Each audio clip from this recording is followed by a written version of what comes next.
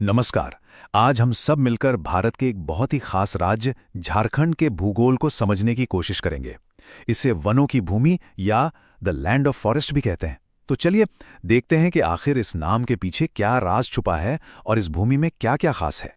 तो असल में वो क्या चीज़ है जो झारखंड के भूगोल को इतना अनोखा बनाती है?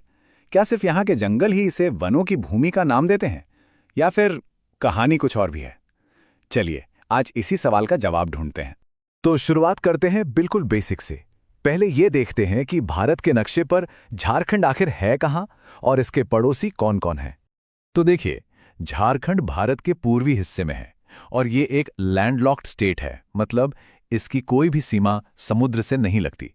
ये पूरी तरह से जमीन से घिरा हुआ है और इसे घिरे हुए हैं 5 राज्य। इसके उत्तर में है बिहार, पश्चिम की तरफ जाएं तो उत्तर प्रदेश और छत्तीसगढ़, दक्षिण में उड़ीसा है और पूर्व में है पश्चिम बंगाल। अब जरा आबादी पर एक नजर डालते हैं।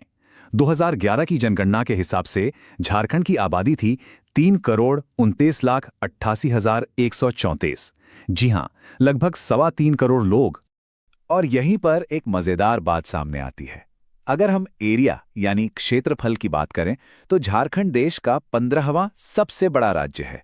लेकिन जब बात आबादी की आती है तो ये एक पायदान ऊपर यानी 14वें नंबर पर आ जाता है। चलिए अब लोकेशन से आगे बढ़कर राज्य की फिजिकल कैरेक्टरिस्टिक्स को समझते हैं, यानी इसकी जमीन कैसी है, इसका आकार कैसा है और यहाँ का मौसम कैसा रहता है। झारखंड के आकार में भी एक खास बात है। ये देखने में लगभग एक चतुर्भुज, मतलब एक क्वाड्रिलैटरल जैसा लगता है। अगर हम इसे नापें तो पूर्व से पश्चिम तक इसकी लंबाई है 463 किलोमीटर और उत्तर से दक्षिण तक इसकी चौड़ाई है 380 किलोमीटर। असल में झारखंड का ज्यादातर हिस्सा छोटा नागपुर पठार पर बसा हुआ है। आप कह सकते हैं कि ये पठार ही इस राज्य की भौगोलिक रीढ़ है। और इसी पठार की सबसे ऊंची चोटी है पारसनाथ, जिसे सम्मेद शिखर जी के नाम से भी जाना जाता है। तो अब एक सवाल मन में आता है कि इस पठारी इलाके में होने की वजह से यहाँ के मौसम और मिट्टी पर क्या असर पड़ता होगा। चलिए पता करते हैं। तो देखिए, यहाँ का क्लाइमेट है ट्रॉपिकल मॉनसूनल, मतलब यहाँ गर्मी भी होती है और मॉनसून में अच्छी बारिश भी। और ख़ास बात यह है कि यहाँ मॉनसून की दोनों ब्रांचेस से बारिश होती है। और जहाँ तक मिट्टी की बात है, वो अवशिष्ट मिट्टी है जिसे रेजिडुअल सॉइल कहते हैं। ये वो मिट्टी है जो लाखों सालों में पुरानी चट्टानों के टूटने फूटने से बनी है। अब बात करते हैं उस चीज़ की जो किसी भी जगह को जीवन देती है, यानी वहाँ की नदियाँ। और साथ ही जानेंगे झारखंड के सबसे बड़े खजाने, इसके जंगलों के बारे में।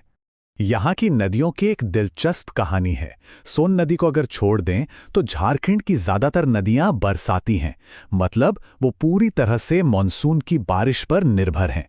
बारिश में तो ये लबालब भर जाती हैं, पर गर्मियों में अक्सर सूख भी जाती हैं।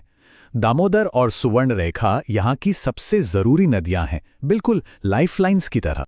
और इन नदियों के पानी का इस्तेमाल भी बड़े अच्छे से किया जाता है।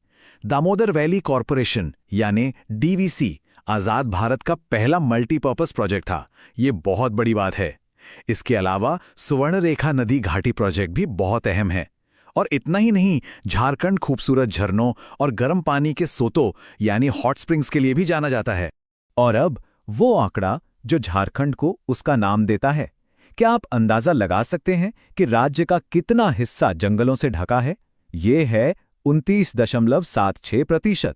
जी हां, लगभग 30%।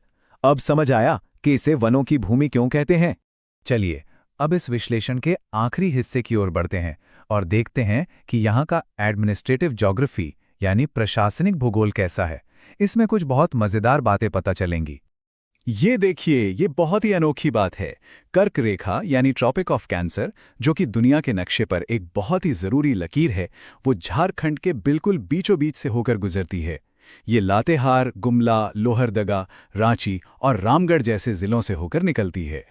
अब ये देखते हैं कि झारखंड के जिले अपने पड़ोसियों से कैसे जुड़े हैं।